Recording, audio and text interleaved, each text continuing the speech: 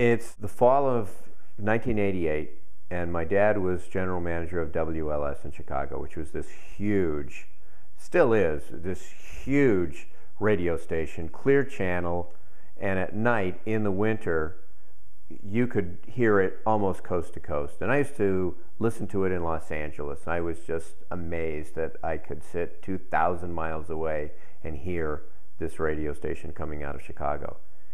And when my father got the job, he asked if we could come out for Thanksgiving, bring the family, and I said, well, under one condition. You let me do an all-night show, WLS. He goes, sure, I don't care. We have an FM. Our FM is like the top-rated rock station in town. I'll put you on an afternoon drive. I said, no, you don't understand. It's not about attracting the most listeners.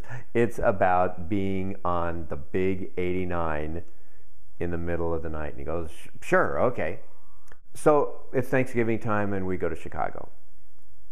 And on the appointed night, I roll into the station, and the disc jockey who was working before me was running his own board.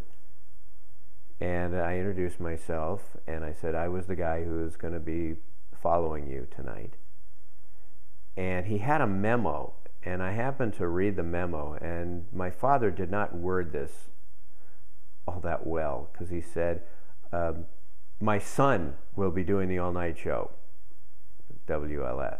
So, of course, you know, it looks like, oh, hey, Daddy, can I go on the radio? So, sure, son. Anything to get you out of the house from midnight to 6. So he's like, well, I can't get an engineer here. There's like going to be no one to run the board. It's midnight.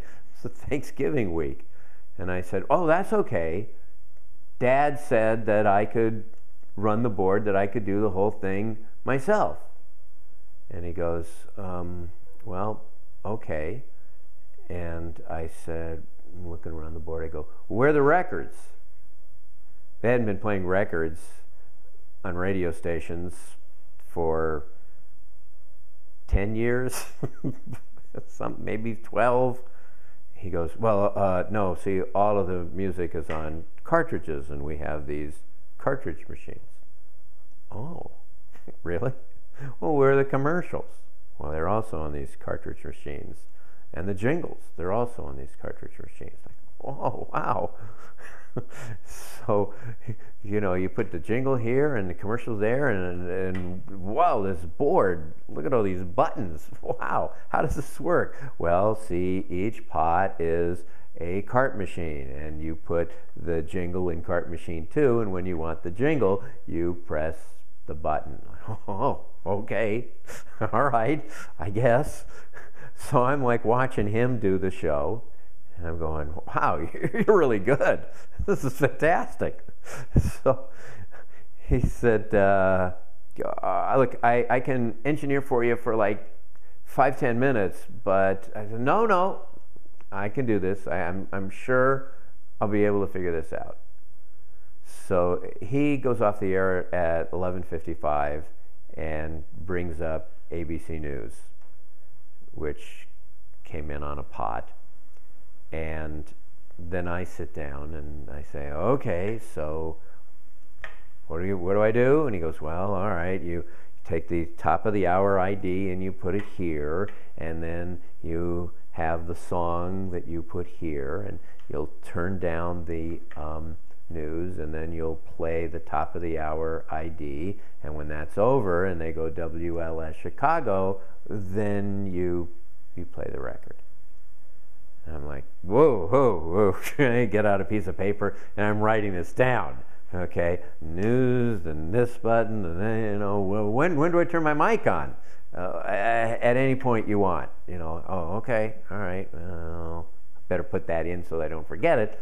So I sit down and the news is on, and this guy is just sweating buckets. And when the news is over, I turn on the mic, I turn down the sound, I hit the hour ID, I fire the record, and I go on the air. and I say something to the effect that it's 12 o'clock in Chicago. This is Ken Levine.